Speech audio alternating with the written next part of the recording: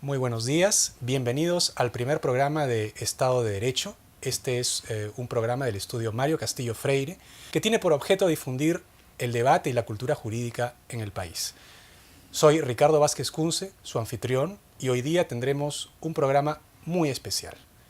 El Colegio de Abogados de Lima. ¿Sirve o no sirve? ¿Sigue vigente o está obsoleto? ¿Debe reformarse o debe simplemente desaparecer? Para debatir sobre este tema tan interesante, tenemos a tres invitados de lujo.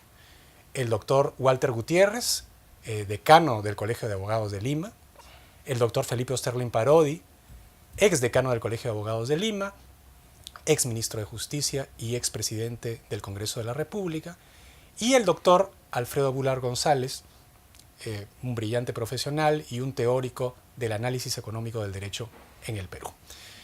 Les damos la bienvenida y la primera pregunta es para el doctor Walter Gutiérrez. Doctor Gutiérrez, el Colegio de Abogados de Lima, en su página web, tiene una interesante introducción histórica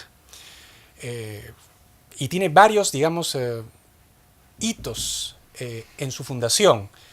Fue fundado en varias fundaciones, en 1777 por el visitador Areche, luego en 1785, luego en 1804, finalmente en 1811 el colegio abrió con su primera matrícula. Es decir, el Colegio de Abogados de Lima fue fundado en la época del virreinato. Es una institución prácticamente virreinal, es una institución que nació con la colonia. ¿A usted le parece que sigue vigente el Colegio de Abogados de Lima después de casi más de 100 años, mucho más de 100 años, con una sociedad absolutamente distinta, con una economía absolutamente distinta también, en fin, con una realidad que obviamente no obedece ni a la época del siglo XVIII ni a la época decimonónica? Entonces, mi pregunta es, ¿sigue vigente el Colegio de Abogados? ¿Es importante un Colegio de Abogados en el siglo XXI? Mire, en primer lugar, permítame agradecer esta invitación y felicitar al estudio Castillo Freire por esta iniciativa que estoy seguro va a contribuir, como ustedes han dicho, al debate y al desarrollo de las ideas jurídicas en el país en beneficio de la comunidad legal. Respecto a la pregunta, yo me permitiría reformularla. Fíjense, los parlamentos tienen 300, 400 años, el Código Napoleónico tiene más de 200 años y nadie se hace la pregunta si sirve o no sirven. Las instituciones tienen que reformularse, replantearse, adecuarse a las circunstancias. La pregunta, yo diría, es esta. Los colegios de abogados, no el de Lima, sino en general en el mundo, tienen, o las barras de abogados, o las asociaciones de abogados, ¿tienen alguna función en la vida institucional de los países? Y la respuesta es sí. ¿Cuál es ¿Por esa qué? función? Porque permítame un par de ideas primero. En primer lugar, no hay que olvidar que la administración de justicia es un servicio público básico, es un servicio fundamental para la vida institucional y para la calidad de vida de millones de personas y además para que funcione bien la economía, para que funcione el mercado. Y la administración de justicia se activa principalmente por los abogados. Somos los abogados los actores de ese sistema de administración de justicia. Jueces, procuradores, fiscales, abogados mismos. Entonces, ¿qué función en ese escenario cumple un colegio de abogados? Participar en la formación del abogado. No digo que sea una institución educativa, pero participar en los contenidos de las currículas. Participar en el control de ingreso al ejercicio de la profesión, porque una cosa es la formación académica y otra cosa muy distinta es la solvencia o suficiencia profesional. Y esa tarea es una tarea de las barras, asociaciones o colegios de abogados.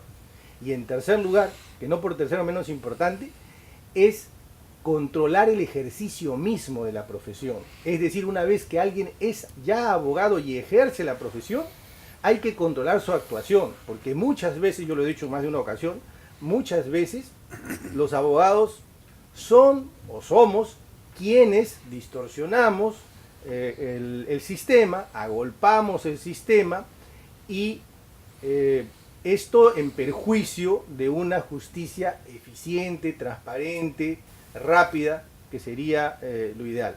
Por todas estas razones y otras que estoy seguro va a haber ocasión de mencionarlas, yo estoy convencido que los colegios de abogados son importantísimos en esta hora, en esta época.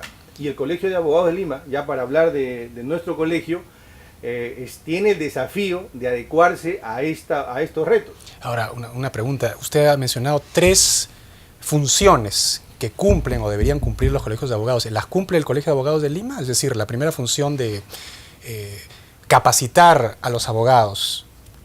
¿Eso se produce realmente o no se produce? Porque si no se produce ninguna de las 3, estaríamos efectivamente hablando de que el Colegio de Abogados simplemente es una institución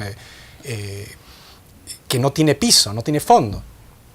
No las cumple y creo que... ¿Por qué razón? Esa es mi pregunta, porque obviamente lo que usted dice no es una cuestión de este momento, de ahora, de hace 5 años, es decir, es una función que ha debido ir cumpliéndose hace por lo menos 30 o 40 años atrás, si no 50.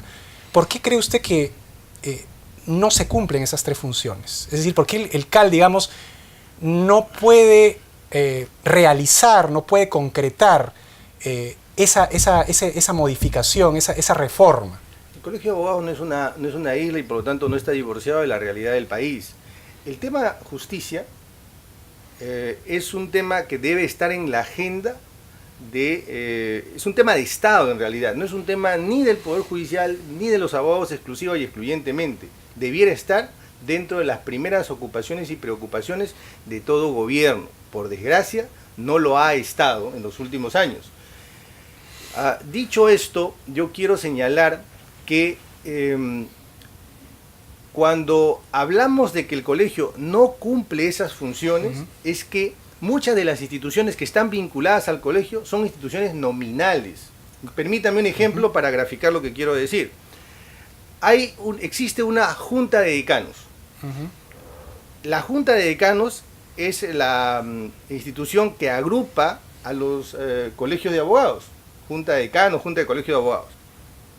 Pero esta es una institución nominal, porque muchos de los colegios simplemente no existen y no cumplen mayor función.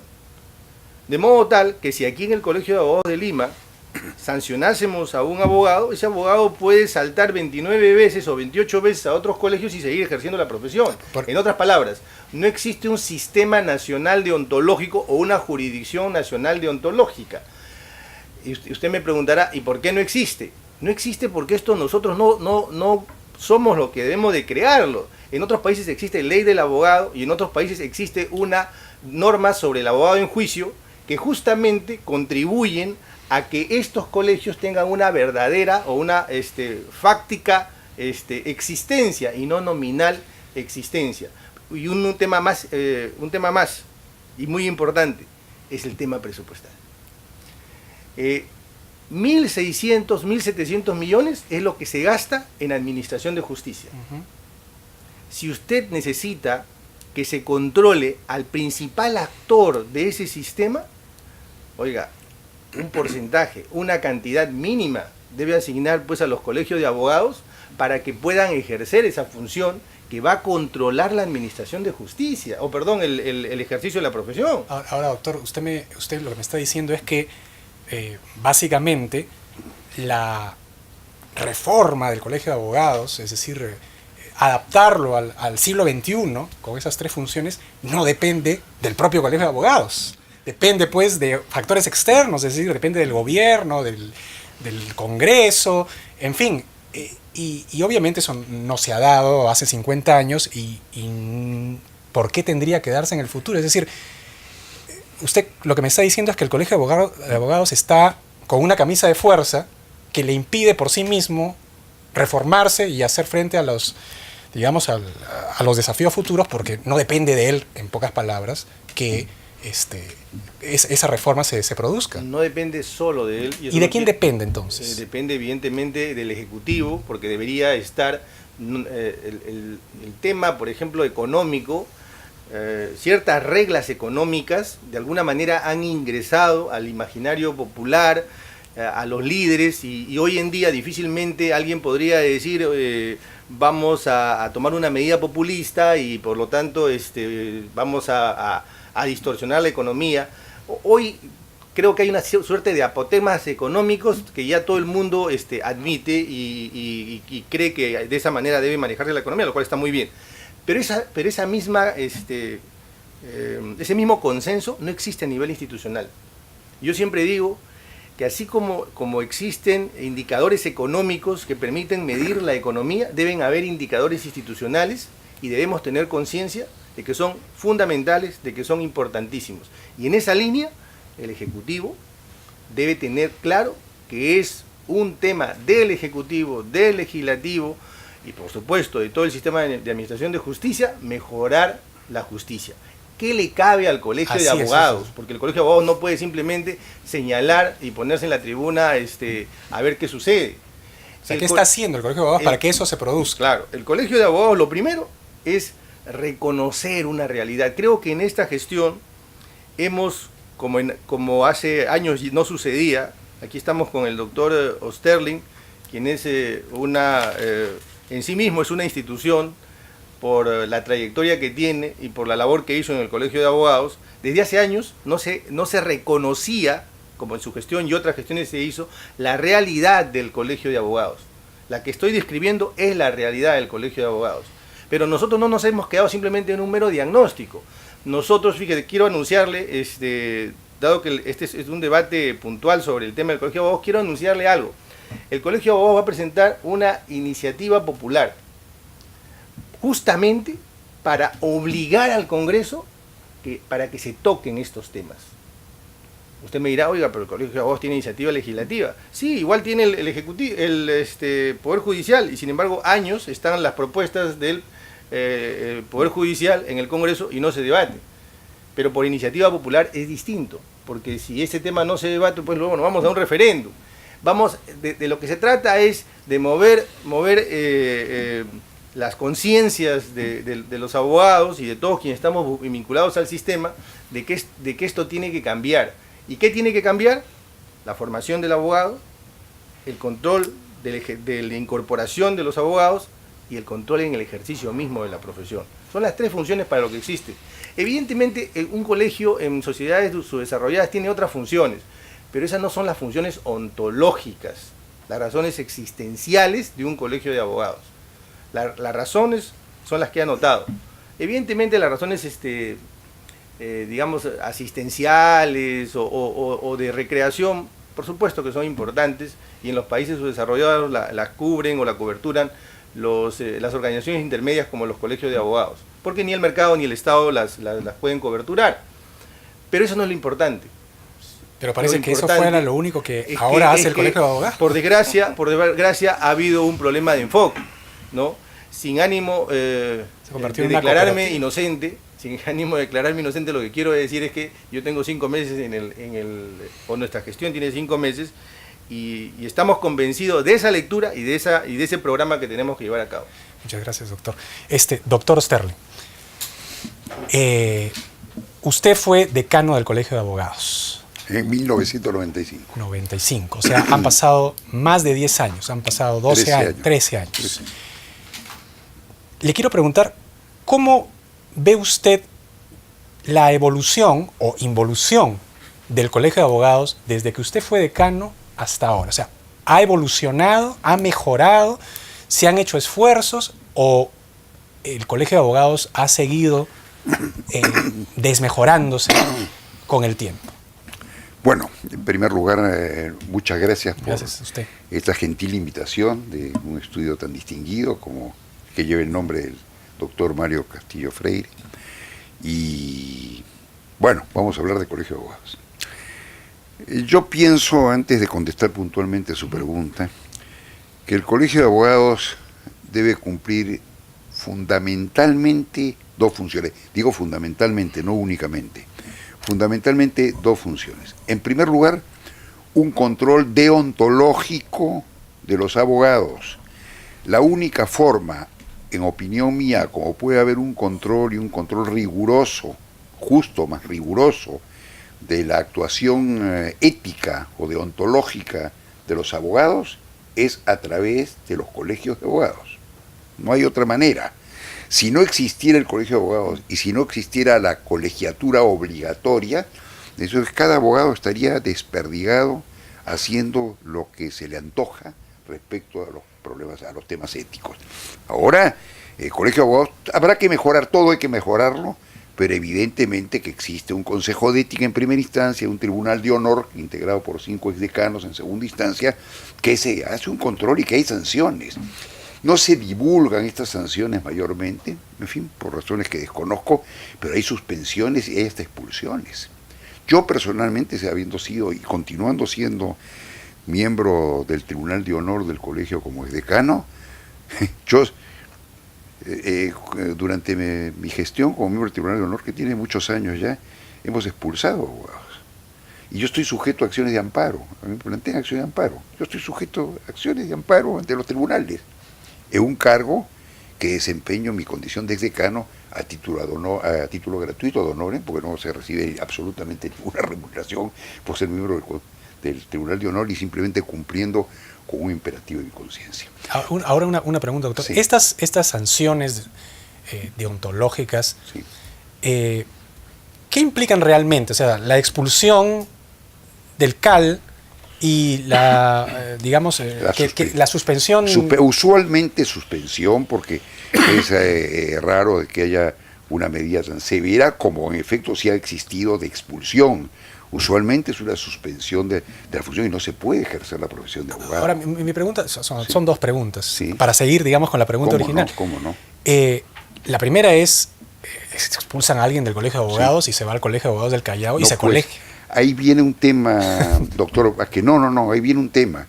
Yo estaba en el entendimiento, pero el señor decano ahora ha expresado que no es así, pero yo estaba en el erróneo entendimiento de que las sanciones que se aplicaban por un colegio de abogados de la República eran inmediatamente comunicadas a los demás colegios de abogados y que la suspensión era a nivel nacional, porque si no sería una tomadura de pelo. Simplemente lo suspendemos para ejercer en Lima, pero como un colegiado de cualquier colegio de abogados de la República puede ejercer, por lo menos en forma eventual, en Lima, entonces se inscribe en el Callao y viene a Lima. No. El tema de la función deontológica, yo estaba en el erróneo entendimiento de que las sanciones eran de conocimiento y de aplicación por todos los colegios de abogados del Perú. Por eso es que justamente existe la Junta Nacional de Decanos, a la que ha hecho referencia el señor decano del Colegio de Abogados de Lima. Si no es así, yo diría que es imperativo de que establecer un sistema de inmediato, esto no puede postergarse de inmediato, entre todos los colegios de abogados para que las sanciones que impone un colegio de abogados sean de cumplimiento en todo el territorio de la República. Porque si no, esto se vuelve una farsa. O sea, no tendría sentido. No tendría sentido, bueno. La primera aquí, función. Bueno, ahora, una segunda pregunta es, sí. digamos, para ponerlo en ciertos términos, ¿con qué derecho el Colegio de Abogados puede sancionar a un abogado? O sea, ¿de dónde viene ese derecho? Ese derecho emana de la propia Constitución del Estado. La Constitución es la que establece las colegiaturas. Las leyes establecen las colegiaturas obligatorias. ¿Y eso está bien o no? Pero desde luego no está bien. Esa es la función por excelencia de los colegios de abogados. Yo diría que es la labor primordial, el concepto ético. Lamentablemente la profesión de abogado está desprestigiada por las faltas éticas que cometen muchos de sus miembros. Esas faltas éticas hay que tratar de pararlas y de sancionarlas en el caso de que se produzcan. De tal manera que yo creo que está muy bien, porque si vamos a decir que cada uno haga lo que quiera, que el colegio de abogados no tenga la facultad de sancionar, ¿quién tiene la facultad de sancionar? ¿Quién va a este abogadito que infringe todo el tiempo las normas éticas en general, no solamente las normas éticas de abogados, las normas éticas? ¿Quién lo sanciona? Pero eso no sería, digamos, me pongo como abogado del diablo. Sí. ¿eso no sería más bien una cuestión particular de quienes contratan al abogado? Es decir, una persona contrata a un abogado, Sí. el abogado no cumple bien su función, en fin, hace una serie de cosas. El perjudicado es la parte que lo contrató. Sí. Esa parte que lo contrató... Esa es la que denuncia, pues. Pero, usualmente. Pero no es más lógico que esa parte misma lo emplace en el Poder Judicial y que sea el Poder Judicial el que lo sancione. Lo puede ¿Por qué lo tendría que sancionar el Colegio de Abogados? Pero al Poder Judicial irá, por un caso de mala práctica, a solicitar una indemnización de daños y perjuicios. Podrá ir a eso. Pero una sanción de carácter ético, de carácter deontológico, ¿cómo que va a ir al Poder Judicial a plantear qué tipo de acción? Oiga, señor, voy a un tribunal de justicia, oiga, sanciónelo con 3 meses de suspensión al abogado. No, justamente esa es una de las funciones del Colegio de Abogados. Estamos hablando casi de la esencia de los colegios profesionales, el tema ético. Desde luego que en la mayoría de los casos, son los propios agraviados los que denuncian las faltas éticas ante el Colegio de Abogados sin perjuicio de poder recurrir a los tribunales para solicitar, en el caso que haya habido una mala práctica profesional, una reparación por daños y perjuicios. Pero son los propios, algunas veces el propio colegio, por iniciativa propia, frente a un caso, pues muchos casos escandalosos que hay, el que formula la denuncia ante su consejo de ética. Pero para pasar a otro tema, salvo que la segunda función. La segunda función, en opinión mía, es algo que yo lo tuve muy presente durante mi gestión en el año 96, en el año 1995, pero que es un tema que el doctor Walter Gutiérrez está efectuando una excelente labor hoy día, pero solamente tiene 5 meses a cargo del colegio, que es el velar por el imperio del derecho, de la Constitución y de la ley. El colegio tiene que pronunciarse sobre esos temas. Ese es uno de los objetivos, el segundo objetivo primordial, en opinión mía, de un colegio de abogados. Señor, usted, señores del Poder Ejecutivo, ustedes, señor Poder Legislativo, ustedes, señores del Poder Judicial, están violando la Constitución y la ley, y decir por qué, y entrar en ese tema, y que la palabra del colegio, como fue tradicionalmente la palabra del colegio, sea una voz señera, una voz importante, una voz que realmente sea acogida por la opinión pública. ¿Qué es lo que ocurrió luego de que yo fui decano del Colegio de Abogados de Lima?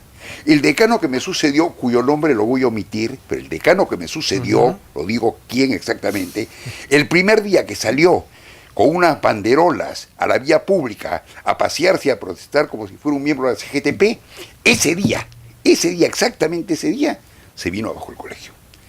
Entonces, ¿qué pasó?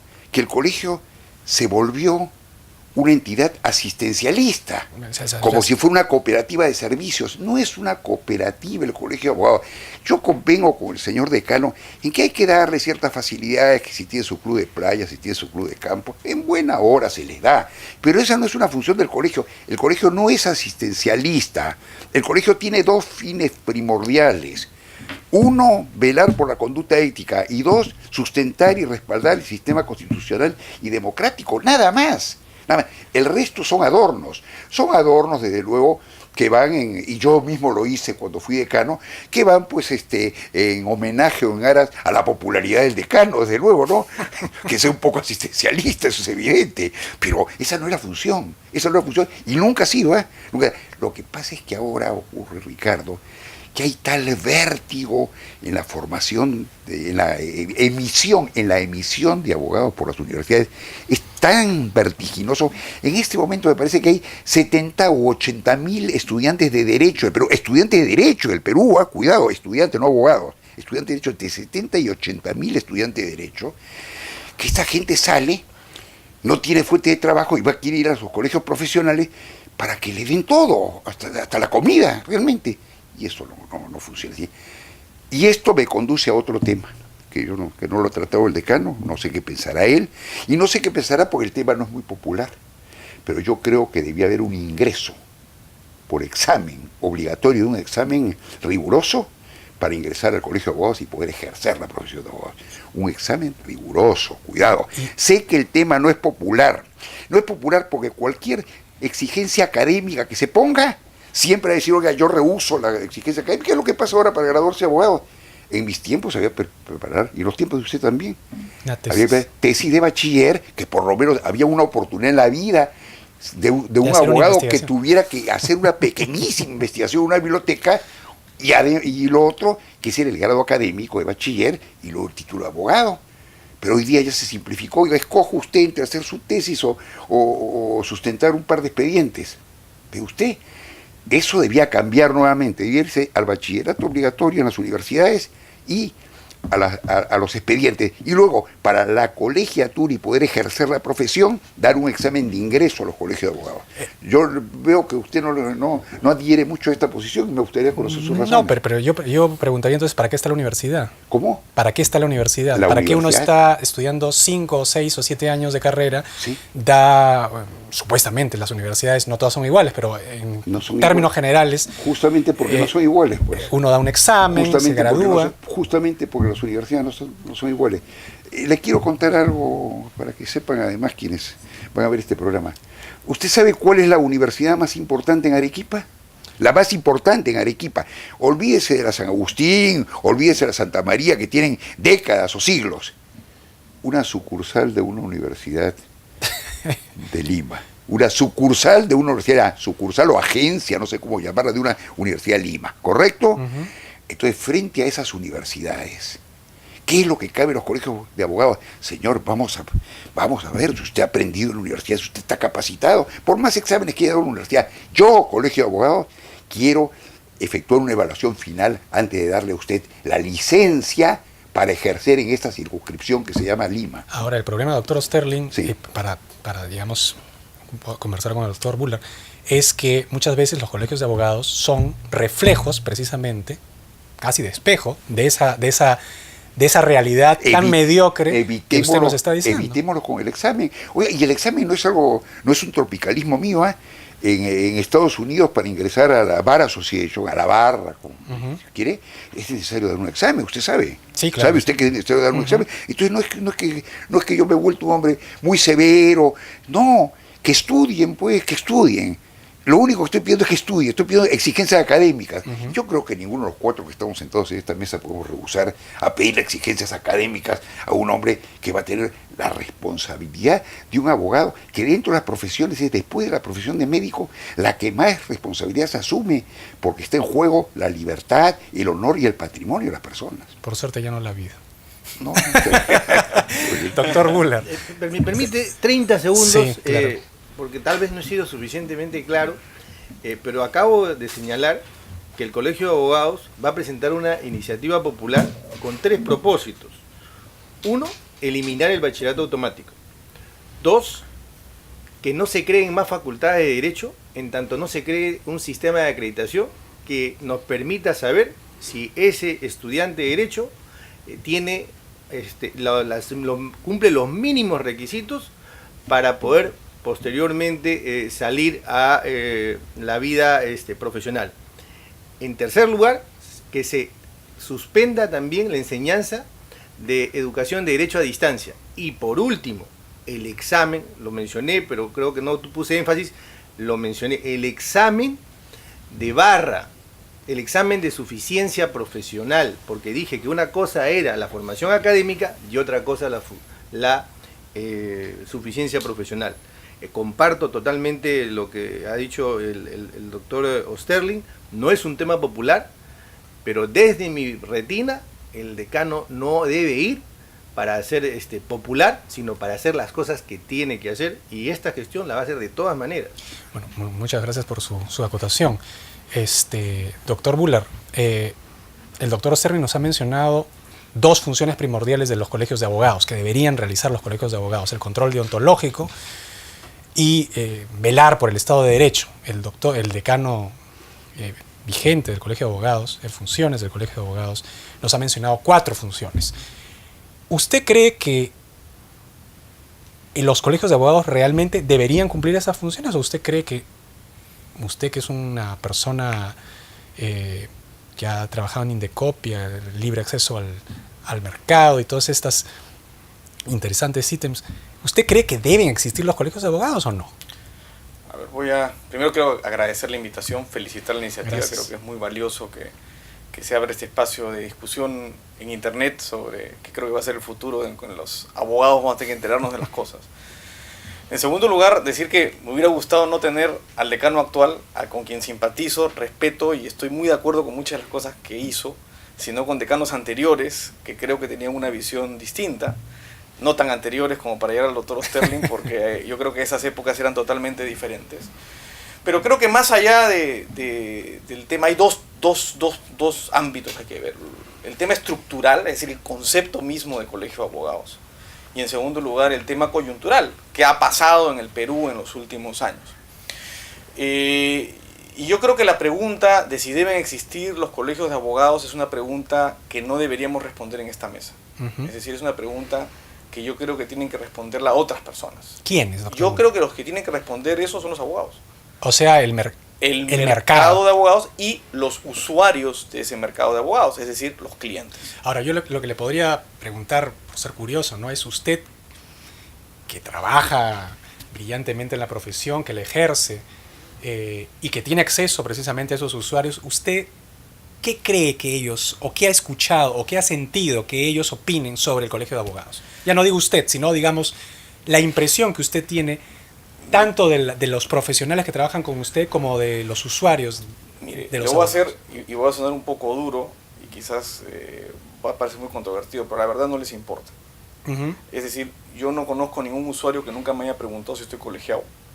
Que el hecho que esté colegiado sea un elemento importante para él, más allá de que saber que yo tengo la licencia para ejercer, que eso no proviene en realidad de que él piense que el colegio de abogados le da un buen servicio, sino de que la ley ordena que yo esté colegiado para que yo pueda defenderlo.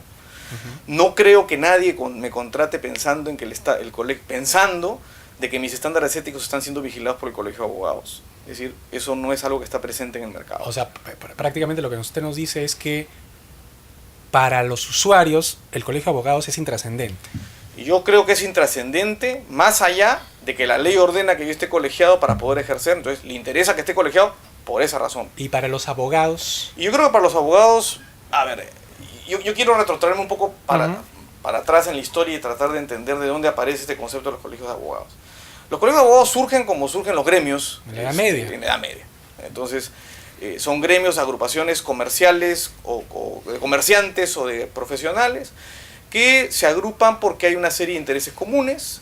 Recordemos además que surgen en un contexto en el que no hay estados tan desarrollados, entonces había muchos de los servicios necesarios para que esto funcionara que tenían que ser provistos por estos gremios, ¿no? Algún nivel de seguridad, algún nivel de cuidado de las relaciones entre ellos, ¿no? Ahí nace el arbitraje. El arbitraje nace como la forma de resolver conflictos porque no habían poderes judiciales confiables que resolvieran los problemas entre ellos. Sobre todo para los comerciantes. Especialmente para los comerciantes. Y ahí nacen los temas de tribunales éticos, que son una mezcla de tribunales arbitrales que resuelven los conflictos que se presentan entre los abogados y entre estos y sus clientes. Y surgen con las ventajas que los gremios tienen o traen y con las desventajas que los gremios traen. Posner siempre dice, hay una frase que yo recuerdo mucho, es: todavía los colegios de abogados tienen cultura de cartel, ¿no? Es decir, nacen en una época en la cual la gente se cartelizaba y establecían reglas que hasta hoy día sobreviven en nuestros códigos de ética, como normas que prohíben hacer publicidad, como normas que establecen tablas de honorarios mínimos, como reglas que limitan la posibilidad de los abogados de competir. ¿Y eso realmente, digamos, tiene algún sentido en el siglo XXI? Yo creo que ya no tiene ningún sentido. Yo no creo que sea razonable que este tipo de reglas sean discutidas por los propios abogados. Es decir, ese tipo de cosas. De hecho, yo creo que hasta ahora a Indecopia no se le ha ocurrido respecto al Colegio de Abogados de Lima, pero lo ha hecho respecto a otros colegios profesionales y colegios de abogados a los cuales se han abierto procedimientos por violación a las normas de libre competencia. Hecho de paso, una digresión. Hace poco creo que ha salido el nuevo código de ética del Colegio de Abogados, o está siendo preparado. Yo inclusive formé parte de una de las comisiones. Pero ese concepto seguía seguía ahí, es decir, el concepto de los honorarios mínimos, una serie de esas cosas. Entonces, eso está bien enraizado en la cultura. Y además hay un agravamiento de la situación respecto al Colegio de Abogados. Todos estos gremios de los que estamos hablando no eran obligatorios por la ley. Es decir, eran gremios que existían porque la gente se agrupaba. Y lo que le ha correspondido a la ley en las últimas, diría, décadas, es poner límites a lo que estos gremios pueden hacer. Se han prohibido las cartelizaciones, se han sancionado, se han limitado el tipo de acuerdos que se pueden tomar. En el caso del Colegio de Abogados pasa exactamente lo contrario. La ley ampara, obliga a gremiarse, es un gremio obligatorio, y me obliga a someterme a algo que yo no quiero. Yo le digo sinceramente, si yo no estuviera obligado no me hubiera colegiado. Es decir, estoy obligado porque para ejercer mi profesión me piden una licencia que me la otorga ¿quiénes? Mis propios competidores.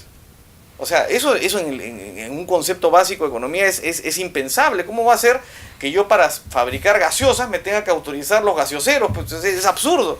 Y que además los gaseoseros establecen las reglas con las cuales voy a regularme. No tiene ningún sentido. Eso no tiene ningún sentido. Ahora, seguramente le dirán algunos objetores de lo que usted piensa que precisamente los abogados no son gaseoseros. No hay que medir, digamos, a los abogados como en esos términos. Son servicios distintos, evidentemente tienen sus particularidades, pero son servicios que compiten. Compiten entre sí, se dan en función a las necesidades de unos clientes y justamente porque hay un deber de lealtad hacia el cliente, yo creo que ese deber de lealtad incluye el deber de competir de los abogados. Ahora una pregunta, doctor Goulart. Sí. ¿Quién entonces debería dar la licencia o no deberían haber licencias? Bastaría con la universidad, con haber una universidad modelo, una universidad como la Católica, o alguna otra universidad de prestigio, ¿no es cierto? Que uno estudia sus 5 años, sus 6 años, pasa sus cursos, da sus exámenes y finalmente termina siendo abogado. ¿Eso es todo? ¿O alguien debería dar la licencia? Si no es el colegio de abogados, ¿quién? Yo creo que nadie. Es decir, yo creo que si yo termino mis estudios universitarios y estoy en capacidad, y presumo que estoy en capacidad de brindar los servicios porque he aprendido lo que he aprendido en la universidad, yo no debería ser, autorizado por nadie que no sean las personas que me contratan. Esto es muy distinto a que no aparezcan gremios de abogados. Y yo creo que ahí creo que es importante hacer una digresión. Usted hace la digresión entre lo obligatorio y lo voluntario. Y lo que voluntariamente, porque igual como es bueno que haya competencia entre los abogados, es bueno que haya competencia entre los gremios de abogados. Entonces yo creo que es absolutamente legítimo, como opera en algunos países, de que yo tenga distintos gremios y que la gente se asocie a esos gremios.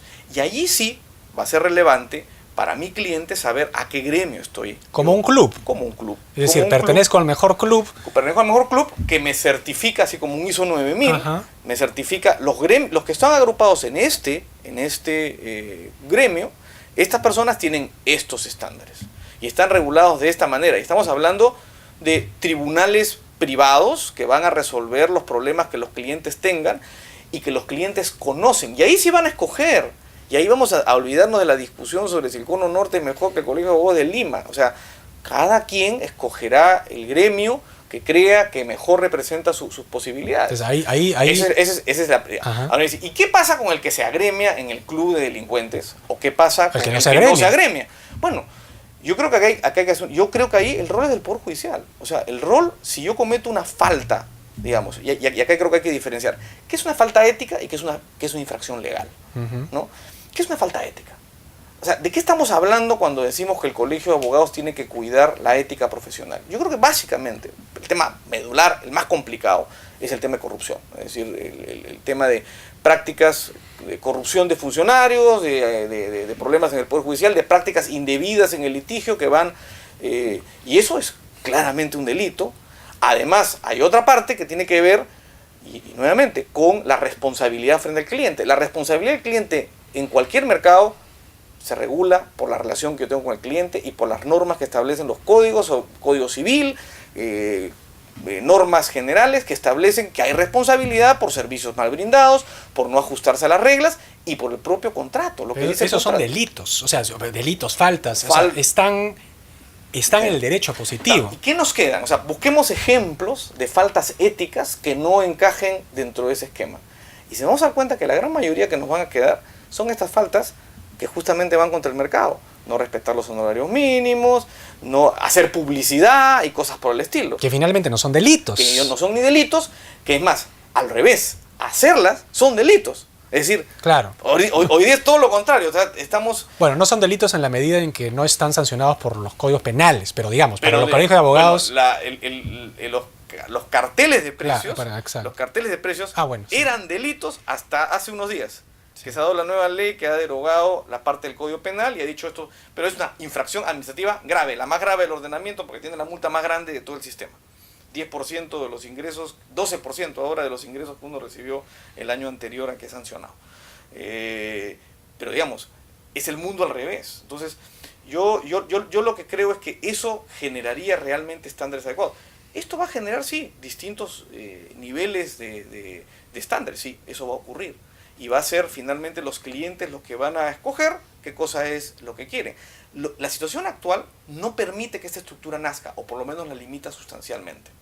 Porque claro, uno va, y aquí, digamos, yo discrepo respetuosamente con Walter y con los otros técnicos sobre que se hable del colegio de abogados, formar a los abogados. Pero para eso está la universidad. Yo creo que para eso uno estudia, y para eso, yo no creo que ese sea un rol, casi como decir, bueno, que es rol de la Sociedad Nacional de Industria formar a los industriales o a la Cámara de Comercio. Los comerciantes también tienen estándares éticos, ¿no? Y eso no quiere decir que la Cámara de Comercio le corresponda formar a los comerciantes. Sí, puede colaborar, hacer cursos, si uno quiere se matricula y si no quiere no se matricula. Yo no creo en los exámenes obligatorios porque para eso he pasado muchos exámenes durante la universidad. Que eran obligatorios. Entonces yo creo que ahí yo creo que hay que hacer una digresión que es importante respecto a colegio de abogados obligatorio o colegio de abogados. Yo creo que sí puede haber colegio de abogados. Lo que no creo es que la ley me pueda obligar a colegiarme. Doctor Gutiérrez, en el flujo del debate me ha parecido muy interesante la propuesta del doctor Osterling vista a la luz de la propuesta del doctor Buller. Es decir, un examen de primer nivel que hagan los colegios de abogados. Claro, el doctor Osterling no había planteado la óptica del doctor Buller en el sentido de que sea el libre albedrío de los usuarios de los colegios de abogados los que quieran dar ese examen pues riguroso, estricto y de calidad. ¿Qué le parece esta propuesta? Es decir, las dos propuestas. Un examen de barra, ¿no es cierto? Un examen de barra, pero que no sea obligatorio, para lo cual los colegios de abogados también no tendrían que ser, digamos, obligatorios. Es decir, cada uno fluiría, se matricularía, pagaría por estar en el colegio de abogados que tiene el mejor pues, prestigio, el mejor examen. Sí, ese es el mundo ideal. Pero no es que deberíamos luchar por ese mundo. Sí, claro, pero hay etapas. Hace años yo escribí un artículo que lo denominé La muerte del CAL. Porque tal como lo veía, en realidad se trataba de una institución en artículo mortis. Porque comparto con Alfredo que una institución no puede atajar la libertad profesional impidiendo competir con avisos publicitarios o creando tarifarios. Más aún, recuerdo que fui sometido por fortuna fue declarado infundado, improcedente, en fin, una denuncia ética por haber cuestionado a una decana porque yo no estaba de acuerdo con su propuesta de que haya un tarifario obligatorio. Yo lo hice a través de un artículo y en fin fui demandado por eso. Pero ahora usted preside la carroza fúnebre. ¿Qué perspectiva tiene desde la misma carroza? Pretendo convertirlo en un Fórmula 1. Vamos a hacer algunos cambios. Alfredo ha citado a Posner, yo voy a citar a Popper. La luz roja que me detiene en la esquina no violenta mi derecho al libre tránsito. Simplemente ordena un derecho que todos tenemos. El mercado permite que actuemos libremente, pero también necesita de reglas que se cumplan y necesita de estados y de instituciones que hagan cumplir esas reglas. La libertad absoluta es un absurdo. Más aún cuando estamos en economías de mercado relativas, en economías de mercado incipientes, donde no existe ni la cultura del mercado, ni las instituciones que puedan permitir que actúen los actores con la responsabilidad, con los límites que debieran actuar. En lo pertinente, en lo relativo al colegio de abogados, yo sí estoy convencido que el colegio de abogados no debe formar al abogado. No hemos dicho eso. El colegio de abogados... Pero usted me habló de formación del abogado. Como primera función. Controlar el examen de barra es para ver la suficiencia profesional. Y debe participar... ¿Pero por qué debe ser obligatorio? Eso es lo que me pregunto yo. O sea, eso es lo que no me queda claro a mí, porque... Por dos razones. Ajá. Debe ser obligatorio porque el abogado es un peligro público si no tiene control. El abogado tiene mucho poder. El abogado no solamente tiene información, sino tiene formación respecto de las normas.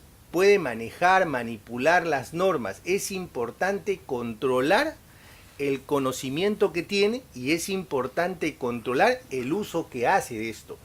Porque no solamente afecta a su cliente, afecta el sistema. Ahora, doctor, afecta a la sociedad y además afecta a los demás abogados. Hay una responsabilidad respecto de los demás abogados.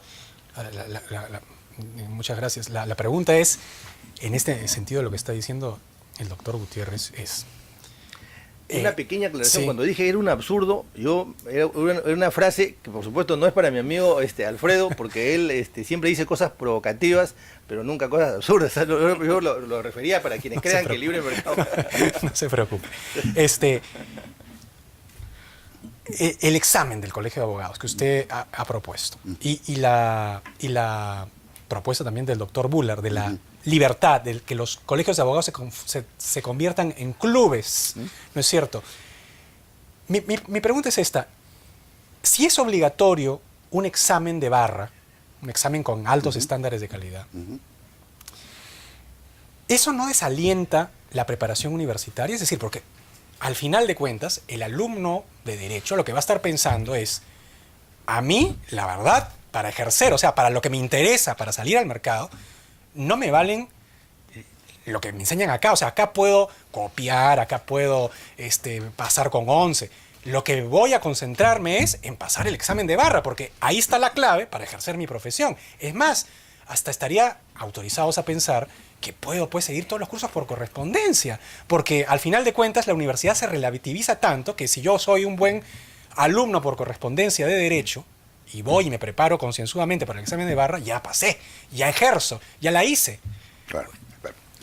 En primer lugar, refiriéndome a las muy inteligentes, como es usual, expresiones de mi muy querido amigo y colega Alfredo Bullard. Claro, yo, sin haberlo escuchado sobre este tema, desde luego yo sabía cuál iba a ser su posición, ¿no? Yo sabía cuál iba a ser su posición, desde luego. En realidad no podemos hacer, creo yo, un traslape de mercado al ejercicio de la profesión de abogado, ni al ejercicio de la profesión de médico, o sea, a los ejercicios de profesiones que son muy sensibles para la sociedad, ¿no es cierto? Nosotros somos unos colaboradores muy estrechos de uno de los poderes del Estado, del Poder Judicial, y entonces que existan, ese tema de que existan asociaciones o clubes, me hizo acordar en la época de Fujimori. ¿Le cuento a usted? A ver, la Constitución de 1979 establecía como precepto constitucional la colegiatura obligatoria. O sea, había que modificar la Constitución para poder tener una colegiatura libre. La Constitución de 1993 modificó la regla de la Constitución del 79 en ese sentido y estableció que la colegiatura se regía de acuerdo con lo previsto por la ley. Y entonces existió el temor, dentro de todas las barbaridades y atropellos que se hizo durante la dictadura de Fujimori, existió el temor de que nos fuéramos a asociaciones. E inclusive un día, una distinguida decana en esa época, en aquella época, convocó a ex decanos y nos dijo que entendía que había un proyecto de ley presentado en el Congreso de la República destinado a establecer que la colegiatura fuera facultativa. Entonces yo recuerdo muy bien que tomé el teléfono y llamé a mi amiga y exalumna Marta Chávez, congresista de la República y en ese momento presidente del Congreso, y le pregunté: usted, doctora Chávez, ¿qué cosa? Le hablo como exdecano, estamos acá como exdecano, ¿qué cosa hay de cierto? Y me dijo: absolutamente nada. No hay ningún proyecto de ley, y si se presenta un proyecto de ley, le garantizo, siendo mayoría, que no va a pasar. Lo cual nos dio una gran tranquilidad de espíritu a todos, porque si no nos convertíamos, como dice el doctor Bullard, como señala el doctor Bullard, en una serie de clubes, ¿no? Y los aristocráticos estarían en el Club de San Isidro y los pobres en algún cono o algún lugar de los conos. Pero eso es realmente así, porque no es así. Ahí no estamos hablando, digamos, en la propuesta del doctor Bullard, tal como yo la entiendo, no estamos hablando, digamos, de poderes adquisitivos, sino de estándares de calidad. ¿Y usted con quién se asociaría, doctor Vázquez? ¿Usted con quién se asociaría de acuerdo con su nivel socioeconómico? ¿Con quién se asocia usted? Con abogados de muy modesta situación económica, porque hay gente muy modesta. Bueno, si no es obligatorio, tal vez yo no me asocio. No se asocia, entonces. Efectivamente, entonces caemos un poco en lo que ha dicho el doctor Bullard. ¿Cómo? Yo lo concentro, una respuesta nomás al doctor Bullard, podría tener muchos temas o muchos ángulos, pero muchas aristas, pero no. ¿Cómo controlo la función ética? Que se vaya a los tribunales, ¿vamos a recargar más a los tribunales? Oye, los tribunales de justicia tienen cientos de miles de expedientes que quieren encima recargar. Oye, usted sanciona a tal abogado y va a haber todo un proceso. O sea, nos vamos a ver enfrascados en procesos judiciales los abogados, porque a veces hay capricho de un litigante descontento, de un cliente descontento. Que hay miles, además. Hay todo miles. Lo que pierde está es muy peligroso, es mejor esto concentrarlo. Yo en eso estoy convencido que hay que concentrarlo en un colegio de abogados y que la colegiatura es obligatoria. Y le voy a dar una respuesta a su pregunta, porque ahora me voy a su pregunta. Pero antes quería hacer estos comentarios generales. El que exista un examen de ingreso al colegio de abogados, o a la barra, si quiere usted llamarla usando un anglicismo, supongo, a la Bar Association, eso, por el contrario de lo que usted ha dicho, doctor Vázquez, eso va a incentivar a los alumnos para estudiar más en la universidad y para estar más preparados para afrontar ese examen de ingreso. Que sepan que para ejercer su profesión tienen que dar un examen adicional donde tienen que demostrar que su formación universitaria, que sus enseñanzas universitarias han sido idóneas, han sido adecuadas. Eso no va a desincentivar, va a incentivar el estudiar más. Cualquier cosa que incentive el estudio, yo lo voy a apoyar incondicionalmente, aun cuando el 99.9 de mis colegas abogados digan: oye, ya estudié suficiente en la universidad, ya no quiero ver un libro más, sino ver los códigos nomás. Ese es el problema, es la realidad. Hay que estudiar, hay que formar, siempre hay que formarse. Yo, que soy un hombre bastante mayor, me continúo formando. Yo me continúo formando porque yo leo todo el tiempo y me formo. Y eso forma, estudio, sigo estudiando. A esta altura de vida sigo estudiando. Usted podría decir: oiga, usted es muy mayor, ¿para qué sigue estudiando? Porque me sigo formando y me seguiré formando mientras que tenga vida, supongo. Ahora, me parece muy interesante lo que ha dicho usted, porque eso tal vez, poniéndome del otro lado, más bien lo que haga es desincentivar que muchos estudiantes se dediquen a la carrera de Derecho. Excelente. Ahora hay legiones de legiones. Excelente. Y le quiero agregar algo. A ver, doctor Vázquez, le voy a agregar un concepto final. Fíjese usted, le agrego un concepto final. La profesión de abogado es una carrera muy socorrida. Muy socorrida. Yo le diría que la profesión de abogado es la carrera más socorrida que existe. ¿Por qué?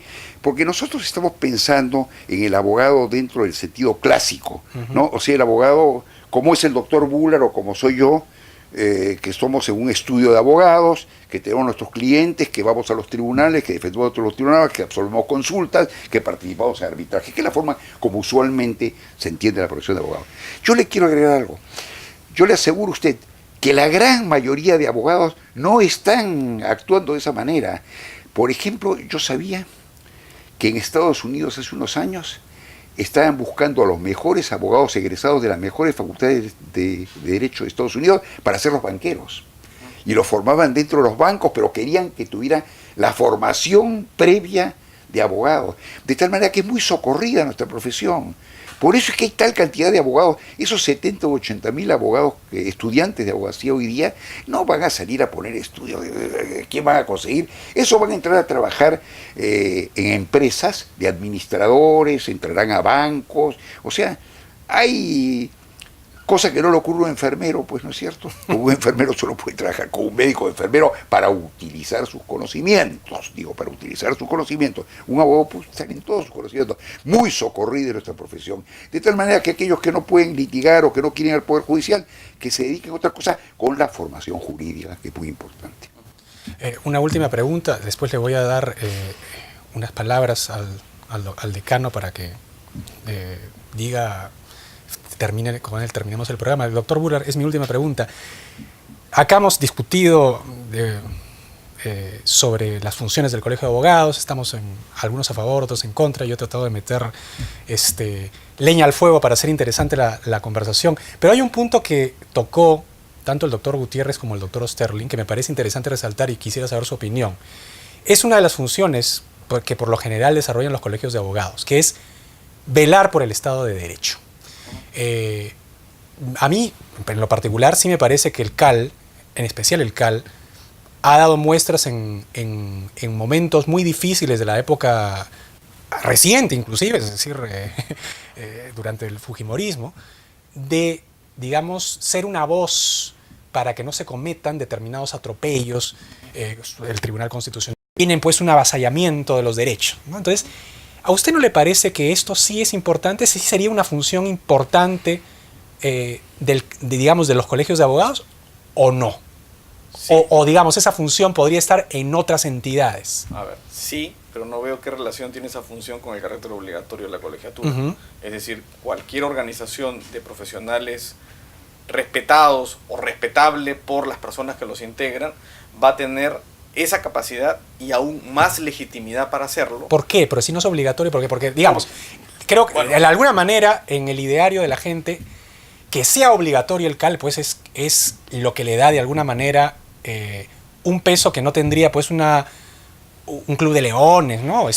Que no es obligatorio, me puedo meter, o el club regatas. Un pronunciamiento de la Universidad Católica, no es la única universidad, tiene un peso tanto o más importante que el que tiene el Colegio de Abogados si el pronunciamiento es a favor del Estado de Derecho.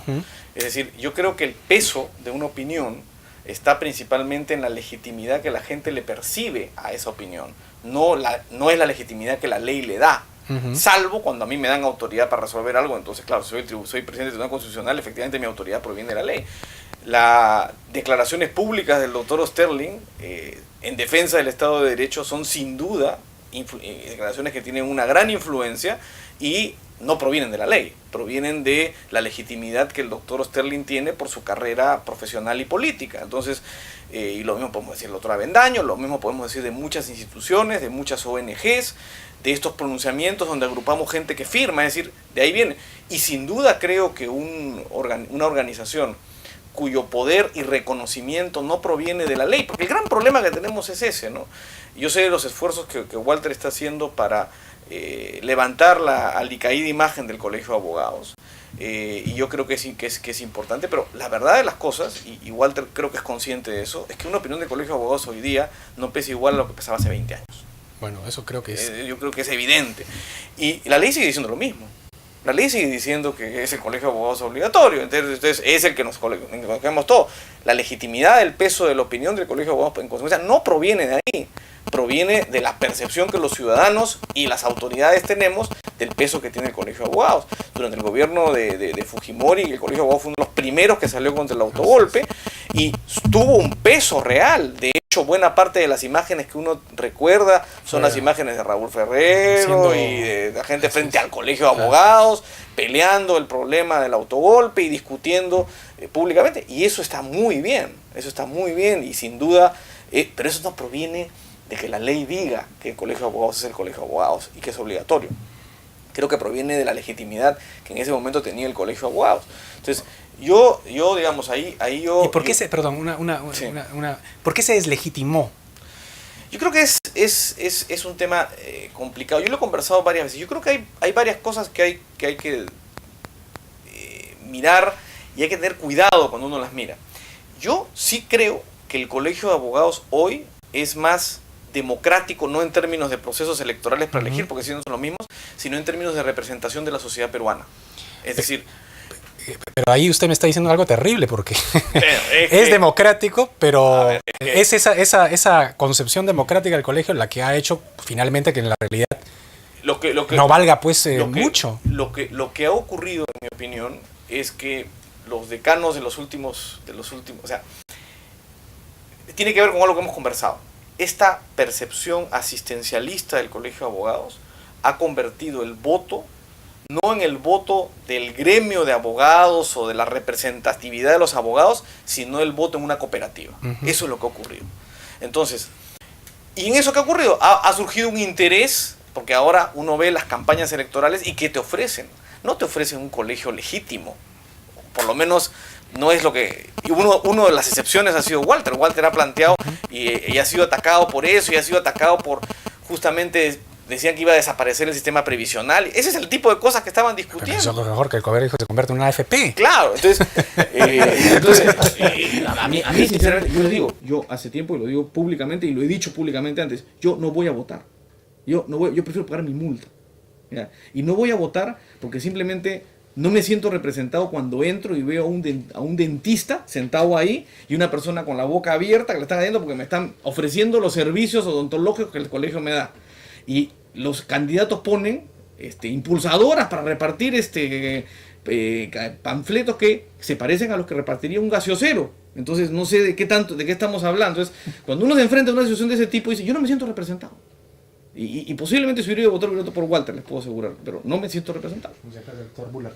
Doctor Gutiérrez, vamos a terminar el programa, pero yo quería que las palabras finales las tuviera usted como decano del Colegio de Abogados, y para cerrar este tema que creo que ha tenido intercambios de vista muy interesantes y que espero contribuyan a la cultura jurídica del país, como es el fin del programa. Yo estoy seguro que este debate, este picante debate, ha contribuido, no por quien habla, sino por la calidad de mis colegas, a esclarecer temas sumamente importantes. La visión iconoclasta de Alfredo, la visión de un jurista tan reconocido y experimentado como el doctor Sterling, así lo han acreditado. Yo solamente quisiera terminar diciendo dos cosas. Por un lado, existimos abogados, y espero que algún día Alfredo pueda militar en esa postura o posición. Existimos abogados que creemos que el colegio puede recobrar y aún más mejorar la legitimidad que en algún momento tuvo, porque convengo 100% en esa lectura. El fetichismo de la ley siempre ha sido un signo de su desarrollo. La ley no cambia realidades, no crea nada. Es la legitimidad. De manera que ese sí es un punto de encuentro con Alfredo, y nosotros trabajaremos o estamos trabajando en esa línea, y algún día tal vez Alfredo pueda tener una opinión semejante a la nuestra. Y vaya a votar. Y vaya a votar porque es un voto que ya lo declaró. Y por último, agradecerles a ustedes y felicitarlos nuevamente, porque estas son las cosas que hay que hacer para mover las conciencias de los abogados y hacerlos que participen mucho más. Gracias a ustedes y gracias a mis colegas. Bueno, muchas gracias al doctor Walter Gutiérrez, decano del Colegio de Abogados, al doctor Felipe Osterling, exdecano del Colegio de Abogados, y al doctor Buller, que ha estado tan picante como siempre. Con nosotros será hasta el segundo programa, hasta una próxima ocasión, y espero que el programa les haya gustado y haya sido de su agrado. Muchas gracias.